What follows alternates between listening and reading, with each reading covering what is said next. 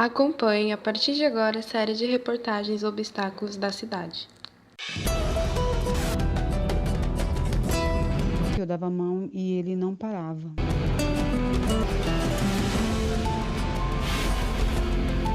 Já caí na linha do trem uma vez.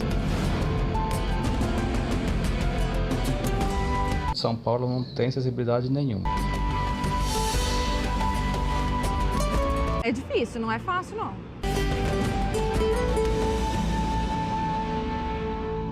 Se perder um ônibus ou ser ignorado por um motorista é difícil, o fato se torna mais complicado quando se trata de uma pessoa com mobilidade reduzida. Esta é a situação que enfrentam muitos deficientes todos os dias. É o que vive muitas vezes Luciana da Silva Moraes de Oliveira, mãe do jovem Breno, de 11 anos, que tem paralisia cerebral e do quadril.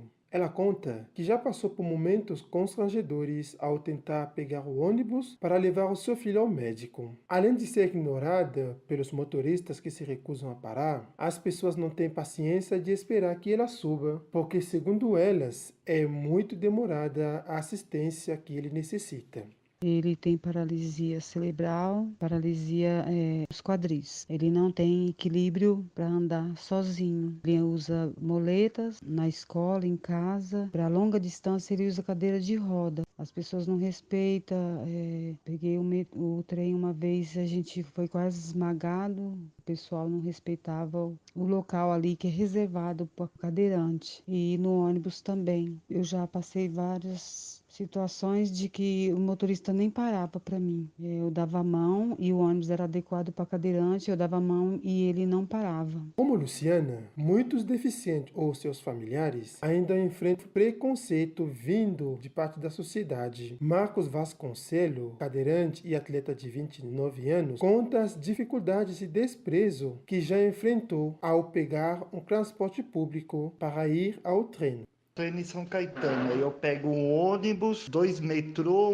Muitas vezes acontece mesmo, no trólebus cheio e tem meu espaço, né? Reservado para cadeirante. Aí eu vou entrar, uma mulher pega e fala: tá vendo que tá lotado porque não espera o próximo. E outra coisa, você tá num ponto de ônibus esperando, o ônibus te vê, o motorista virar o rosto e ir embora. Isso acontece direto. E as ruas, né? Você não consegue andar pelas calçadas, só no meio da rua. Que a calçada é impossível você andar. Você só vai conseguir andar na calçada bem se é lá na Paulista. Ou pequenos trechos, né? Que você anda. O resto é só na rua. De acordo com o censo do IBGE de 2010, existem no Brasil cerca de 45 milhões de pessoas com algum tipo de deficiência, o que representa 25% da população. Mesmo assim, o preconceito contra essas pessoas está bem presente. Por isso, a questão da acessibilidade deveria chamar mais a atenção e buscar fornecer condições melhores às pessoas com mobilidade reduzida, cuidando que não corram o risco de sofrer um acidente, como no caso de Nelson Pereira dos Santos, deficiente visual, que conta que já caiu na linha do trem em São Paulo. Na verdade, em São Paulo não tem acessibilidade nenhuma. Você tem que se adaptar em São Paulo.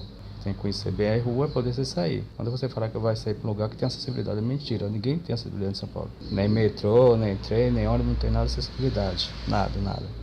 Você tem que se adaptar.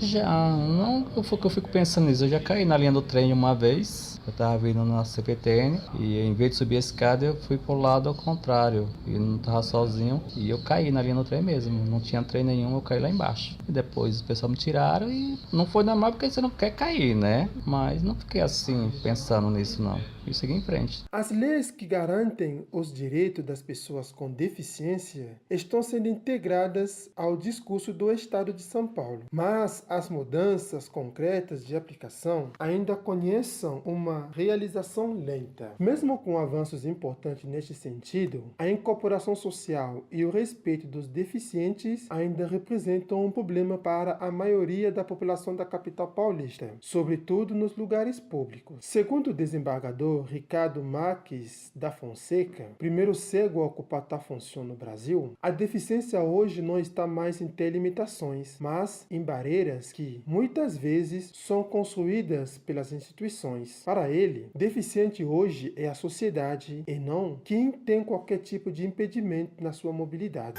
A deficiência não está mais em ter-se limitações, mas em barreiras. Portanto, a deficiência hoje está na sociedade que não dá os caminhos de cidadania para pessoas com tais limitações físicas, mentais, intelectuais ou sensoriais. Ser pessoa com deficiência é uma condição dupla. Trata-se da soma entre impedimentos de ordem física, mental, intelectual ou sensorial com barreiras sociais que impedem a participação dessas pessoas politicamente. Portanto, deficiente hoje é a sociedade, não as pessoas que têm impedimentos tradicionalmente estigmatizados. Na maioria dos casos de preconceito envolvendo pessoas com deficiência, ocorre desrespeito a um dos direitos mais básicos, o de ir e vir, que é uma garantia praticamente inexistente na maioria das cidades brasileiras, diz Ricardo Tadeu, arquiteto e urbanista. Falta à sociedade o conhecimento e a sensibilidade do que significa acessibilidade, o que significa essa perspectiva de uma cidade acessível, de uma cidade que atenda às diferenças, né? E que ela consiga ser humanizada de alguma forma. Segundo o Instituto Brasileiro dos Direitos de Pessoas com Deficiência, a legislação brasileira sobre o tema é excelente, mas não houve nos últimos anos efetivação dos direitos dessa parcela da população. Isso significa, entre outras coisas, falta de acessibilidade no transporte públicos, nos prédios públicos e privados, em restaurantes, em universidades, em hotéis e em espaços públicos em geral.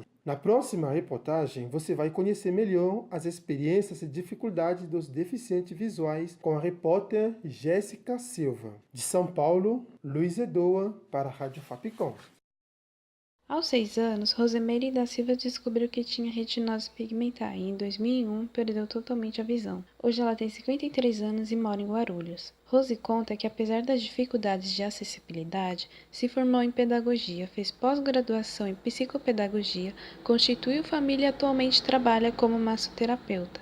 Há mais ou menos 1 mês e meio, ela lembra de um constrangimento que passou no ônibus quando ia trabalhar. Quando ele resolveu me atender, ele só olhou para mim e fez o seguinte: já passou do ponto, já passou de onde você ia descer, agora você desce aí, parou num ponto, falou, procura ajuda. E aí eu desci, não tinha ninguém no ponto, me deu uma sensação assim de, meu Deus, o que eu faço agora? Olhei para um lado, olhei para o outro, estava indo trabalhar, me deu uma vontade muito grande de chorar, mas foi coisa de 5 minutos, porque eu pensei, se eu chorar agora eu não saio daqui. A Lei Municipal 15.914 de 2013 garante que pessoas com deficiência ou mobilidade reduzida têm o direito de descer fora do ponto obrigatório, mas nesse caso o motorista não parou para Rose. A acessibilidade para os deficientes visuais ocorre por meio de pisos táteis, calçadas regulares, botões e placas com sinalização em braille e audiodescrição. Mas não é isso que acontece, principalmente nas periferias da cidade. De acordo com a pesquisa Índice de Indicadores de Referência de Bem-Estar no Município de 2017 da Rede Nossa São Paulo, a nota atribuída à acessibilidade para pessoas com deficiência nos espaços públicos foi de 3,4. Para deficiente visual Cristiano Leandro, de 48 anos, São Paulo ainda não oferece condições de total autonomia.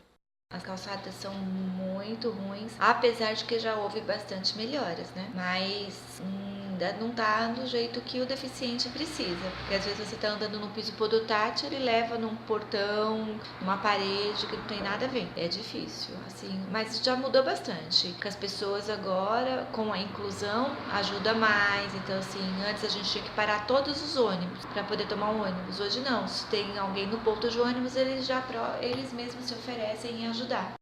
Ela observa que por muito tempo se trancou em casa à espera de algo e que a vida só ficou mais fácil depois de aceitar a deficiência. Se por um lado Cristiane diz que as pessoas ajudam muito mais do que antes, por outro, o jovem aprendiz Vinícius Brito expõe que uma das grandes dificuldades dos deficientes visuais nas estações de metrô são as pessoas que param em cima dos pisos táteis ou andam mexendo no celular e sem querer esbarram neles. Acontece todo dia, esbarrão, alguém chutar a bengala do visual, as pessoas serem mal educadas. Já aconteceu de ter que embarcar um deficiente visual e um rapaz querer me agredir porque ele tava na preferencial e não queria dar licença. E eu tinha que fazer o embarque naquele tempo, porque aí eu tinha que embarcar o cara naquele trem e o rapaz ficou meio bravo porque eu pedi pra ele me dar licença e ele quis me agredir. Só que como tinha muitas pessoas ao meu redor, ele desistiu.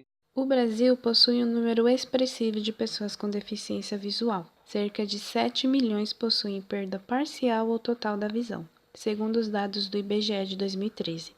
Os grupos mais afetados são pessoas que residem nas cidades e com idade acima de 40 anos. Conforme a Organização Mundial da Saúde, entre 60% e 80% dos casos poderiam ser evitados ou tratados. Maurício Henrique, de 27 anos, relata o constrangimento que aconteceu com ele em relação ao Uber. Segundo a Lei 11.126 de 2005, a pessoa com deficiência visual tem o direito de ingressar e permanecer em qualquer ambiente coletivo acompanhado de seu cão-guia, mas neste caso não foi isso que ocorreu. Eu enfrentei ano passado quando eu vinha do Rio Grande do Sul e solicitei um Uber. Ele, ao me ver com o cão, perguntou se o cão ia junto. Eu disse que sim. Aí ele falou que não ia levar porque estava começando agora, que ia sujar. Eu expliquei que era lei federal, que ele teria que levar. Aí, não vou levar, não sei o que. Ele saiu correndo, arrancou e me deixou falando sozinho, com um monte de bagagem e o cachorro. Aí eu entrei com uma ação, entrei com um boletim de ocorrência e uma ação contra a Uber. Ele explica que com o cão-guia ganhou uma nova vida. Se antes com a bengala era trabalhoso desviar dos obstáculos e ele levava cerca de 1 hora para ir ao banco, com o cão-guia esse tempo diminuiu para 10 minutos. Maurício tem glaucoma congênito e já passou por 25 cirurgias, 14 delas no olho direito e 11 no esquerdo. Atualmente, trabalha como analista de negócios e analista de qualidade de dados na IBM. A informática tem ajudado cada vez mais o dia a dia das pessoas com deficiência visual. Por meio de leitores de tela, elas podem navegar na internet, usar redes sociais e fazer compras em sites, desde que sejam acessíveis. Lothar Bazanella perdeu a visão com 5 anos, é assessor do Centro de Apoio ao Deficiente Visual, o CADEVI, e conta quais são as dificuldades encontradas para acessar a internet. Quando as pessoas usam muito imagem ou não fazem os sites muito acessíveis, por exemplo, o site acessível seria aquele que te dá uma opção de ler o texto e indicar. Cada botão colocou um textozinho dizendo assim, clique aqui para ver tal coisa, por exemplo. Então, às vezes as pessoas só põem um cabeçalho em cima e embaixo põem os botões, por exemplo. Teria que ser interessante se tivesse um textozinho antes de cada botão para ele saber. Entre com o seu nome, por exemplo. Aí é campo de edição, saber. O CADEVI oferece para os deficientes visuais atendimento psicológico, aulas de informática, atividades que ajudam no equilíbrio como karatê, tai chi e pilates. Ainda possuem aulas de xadrez, palestras, eventos como festa junina e outros. Na sala principal, reúne os troféus das várias competições esportivas que ganharam. Na próxima reportagem da série Obstáculos da Cidade, você vai conhecer a história de pessoas com deficiência física com a repórter Yasmin Pereira. De São Paulo, Jéssica Silva para a Rádio Fapcom.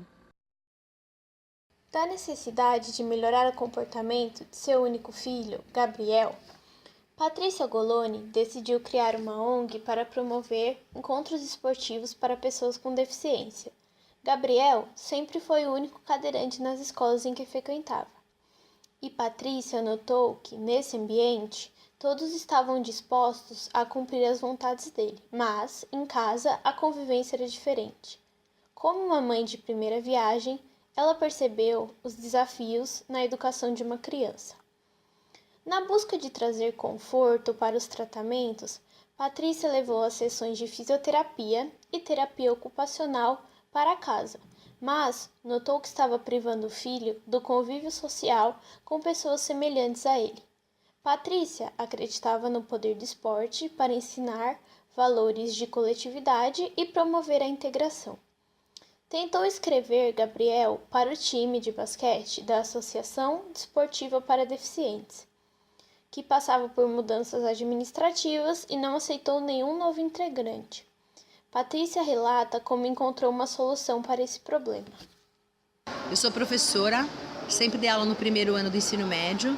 E para mim era uma grande frustração porque eu conseguia fazer os 45 adolescentes que eu tinha em sala de aula me obedecerem e me ouvirem.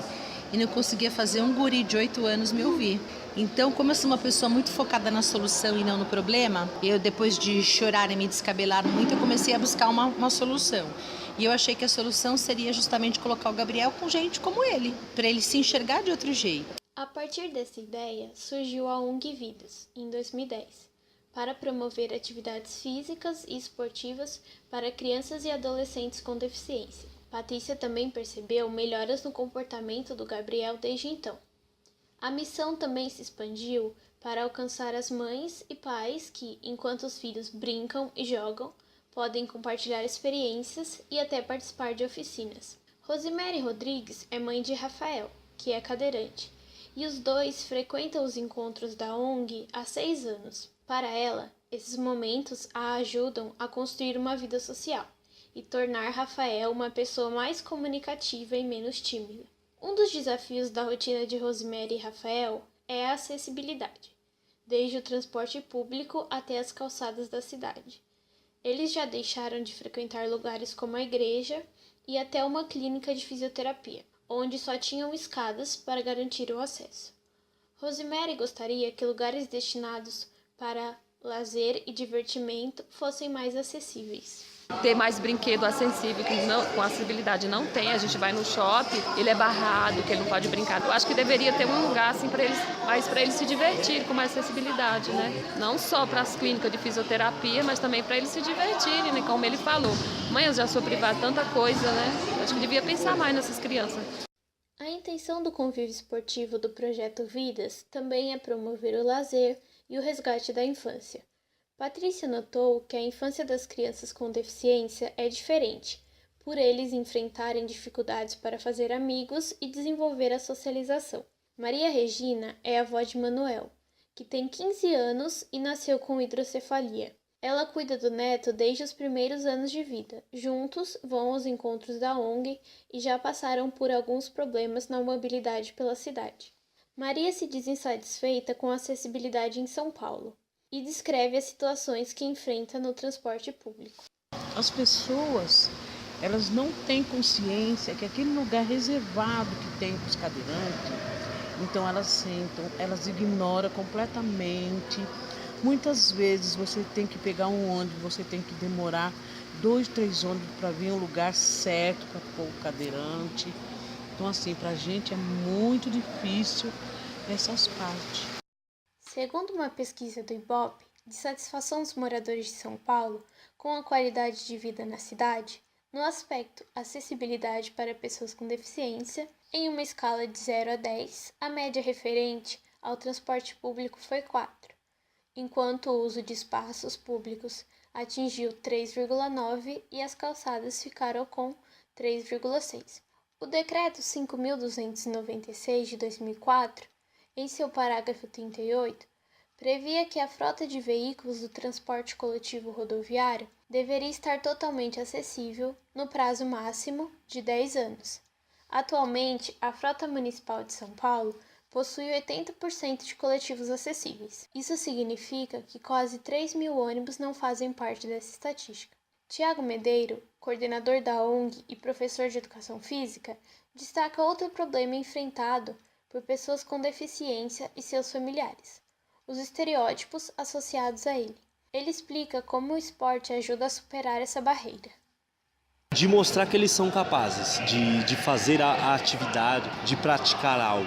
Claro que não é tudo, não vamos generalizar, mas ainda temos muitas pessoas ainda que limitam as pessoas com deficiência, de que eles não podem fazer isso, de que eles não podem fazer aquilo, de que eles não servem para isso, de que não servem para aquilo. Então, com o esporte, eles podem ver que eles são capazes de realizar uma atividade, de fazer diversas coisas, e sem que alguém fale para ele, você não pode. Eles estão vendo que na prática que eles podem.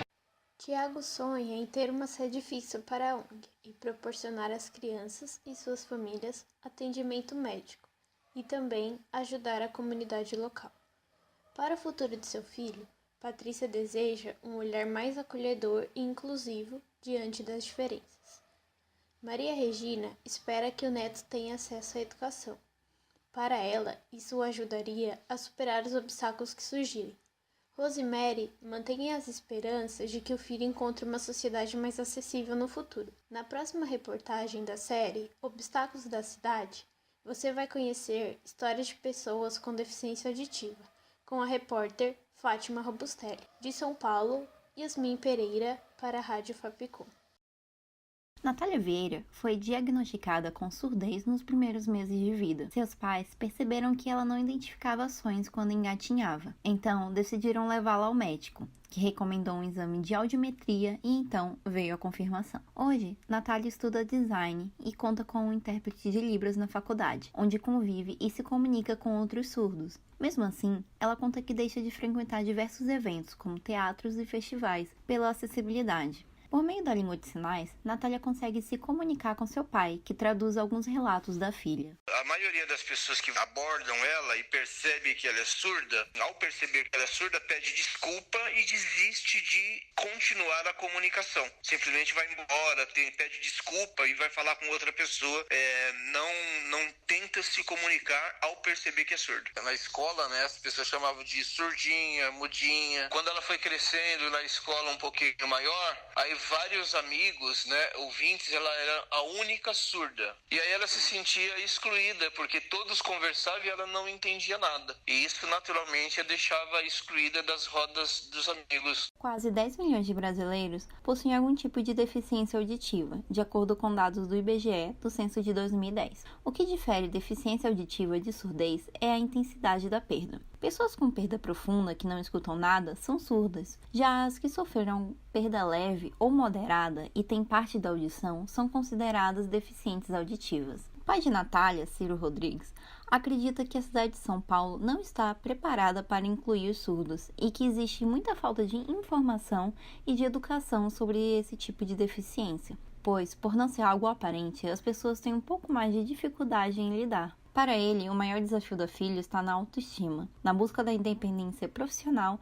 e também como pessoa, na adaptação ao mundo e nos cuidados consigo mesma. Eu acho que o surdo ele pode qualquer coisa, né? O que eu aprendi, né, é que assim, eu não deveria, até pro bem dela, tratá-la como uma pessoa diferente, uma pessoa menos capaz ou uma pessoa que precise assim de cuidados especiais. Ela precisa de uma comunicação, né, de uma interação mais atenciosa, mas ela pode fazer qualquer coisa se quiser. O que eu mais quero é que ela conheça todas as oportunidades que ela pode ter, construir aí uma vida independente. A língua brasileira de sinais, ou Libras, é considerada a segunda língua oficial do Brasil e é reconhecida por lei desde 2002, mas ainda não está inserida na realidade escolar de surdos no país. Caio Travaglio atua como intérprete de Libras em uma faculdade que possui 5 alunos surdos e em uma escola de ensino fundamental onde auxilia a única aluna surda do local e é o único que sabe conversar com ela. Ele conta que os professores acreditam que, por ter um intérprete de Libras, a inclusão foi feita, mas o professor não está excluído desse processo e é preciso adaptar a didática às necessidades do aluno. Caio crê que seu trabalho é parte de um processo muito maior. Mas o nosso trabalho vai além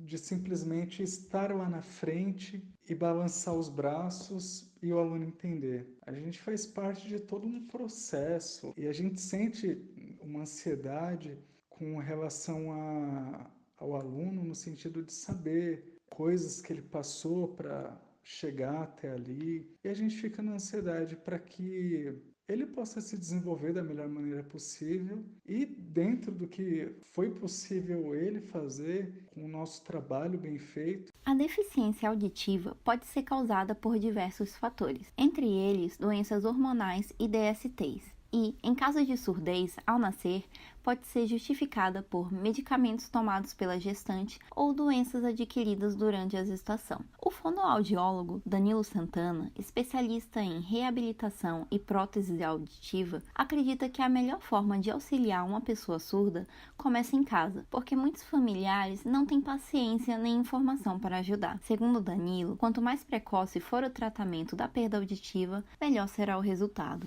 No caso da surdez, se a pessoa ela já nasceu com a surdez, existe a possibilidade de usar o implante coclear. Geralmente o implante coclear existe um êxito, um sucesso, quando se coloca quanto antes, já pequeno.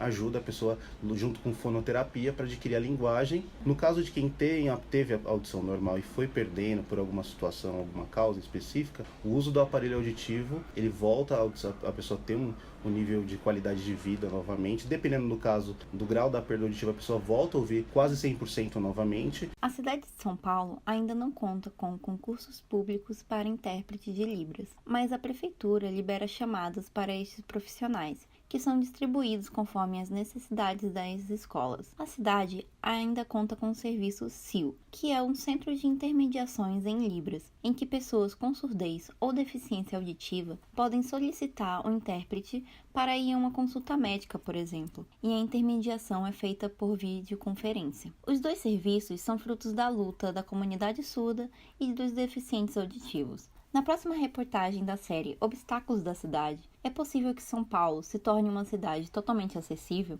Conheça a opinião de alguns especialistas no assunto, com a repórter Marina Costa. De São Paulo, Fátima Robustelli, para a Rádio Fapcom. Renato Barbato, de 54 anos, faz parte das quase 2.275.000 pessoas com alguma deficiência visual que vivem na cidade de São Paulo, de acordo com o último censo do IBGE, realizado em 2010. Até os 41 anos, idade em que perdeu a visão por conta de um glaucoma hereditário, ele seguiu carreira como arquiteto, mas desistiu à medida em que perdeu oportunidades de trabalho por conta da deficiência. Há 9 anos, se encontrou na área da comunicação como locutor de web rádio e agora se dedica à faculdade de jornalismo.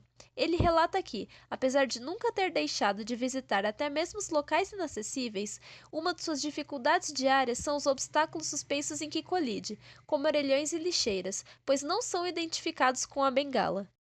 Não tenho total mobilidade por conta de problemas da própria cidade, tipo piso tátil não tem em todas as calçadas. Semáforo sonoro ainda não existe. É um ou outro só e olha lá se existir. Ônibus não tem sonorização como o metrô para você saber qual ônibus está chegando no ponto. Então acredito que eu tenho uns 90% de autonomia, mas não por problema meu, e sim por falta de adequação dos nossos espaços urbanos.